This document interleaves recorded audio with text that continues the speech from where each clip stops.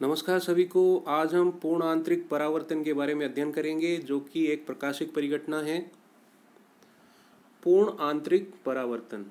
पूर्ण आंतरिक परावर्तन एक प्रकाशिक परिघटना है जिसमें प्रकाश की किरण किसी माध्यम के तल से ऐसे कोण से आपतित होती है कि अपवर्तन के बाद उसका परावर्तन उसी माध्यम में हो जाता है जिस माध्यम से वह आई होती है।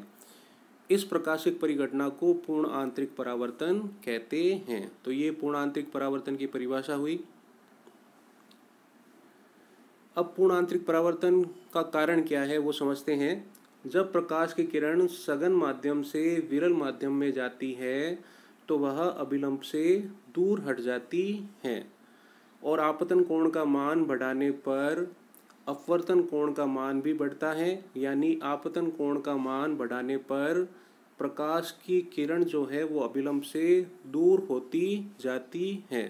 जब अपवर्तन कोण का मान 90 डिग्री होता है और फिर इससे ज़्यादा होने पर प्रकाश किरण उसी माध्यम में लौट आती है। इसी परावर्तन को पूर्ण आंतरिक परावर्तन कहते हैं, यानी टोटल इंटरनल रिफ्लेक्शन। तो ये कारण है कि पूर्ण आंतरिक परावर्तन आखिर होता क्यों है। जब आपतन कोण को इतना बढ़ा दिया जाए कि अपवर्तन कोण का मान 90 डिग्री हो जाए तो आपतन कोण के इस मान को क्रांतिक कोण कहते हैं।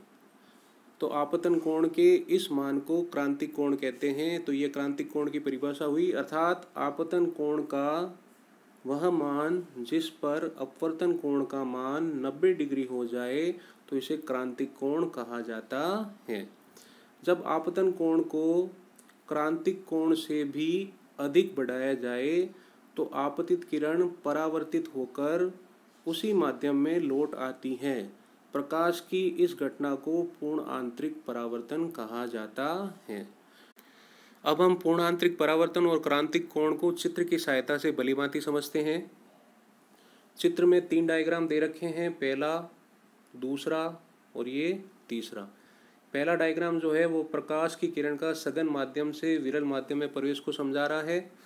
दूसरा डायग्राम क्रांतिक कोण को समझा रहा है और तीसरा डायग्राम जो है वो पूर्ण आंतरिक परावर्तन को समझा रहा है।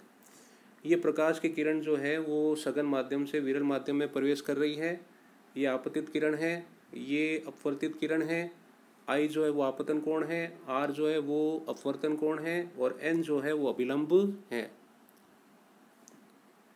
जब प्रकाश की किरण सघन माध्यम से विरल माध्यम में प्रवेश करती है तो वह अभिलंब से दूर हट जाती है और जैसे जैसे आपतन कोण का मान बढ़ाया जाता है वैसे वैसे अपवर्तन कोण का मान भी बढ़ता जाता है। और जैसे जैसे अपवर्तन कोण का मान बढ़ता जाता है वैसे वैसे जो अपवर्तित किरण जो है वो अभिलंब से दूर होती जाती है।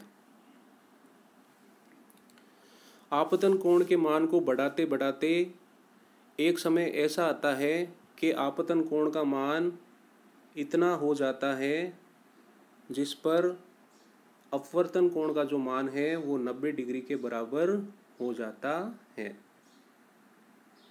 आपतन कोण का वह मान जिस पर अपवर्तन कोण का मान जो है वो 90 डिग्री के बराबर हो जाए उसे क्रांतिक कोण C कहा जाता है।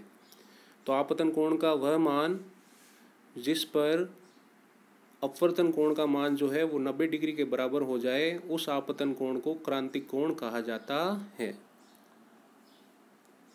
अब आपतन कोण के मान को क्रांतिक कोण से भी ज़्यादा कर दिया जाए तो इस स्थिति में प्रकाश की किरण जो है वो अपवर्तन के पश्चात वापस उसी दिशा में उसी माध्यम में लौट आती है।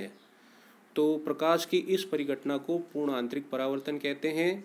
पूर्ण आंतरिक परावर्तन के लिए 2 मुख्य शर्तें हैं कि प्रकाश की किरण जो है वो सघन माध्यम से विरल माध्यम में प्रवेश करनी चाहिए और प्रकाश की किरण का जो आपतन कोण का जो मान है आई, उसका मान क्रांतिक कोण से ज़्यादा होना चाहिए।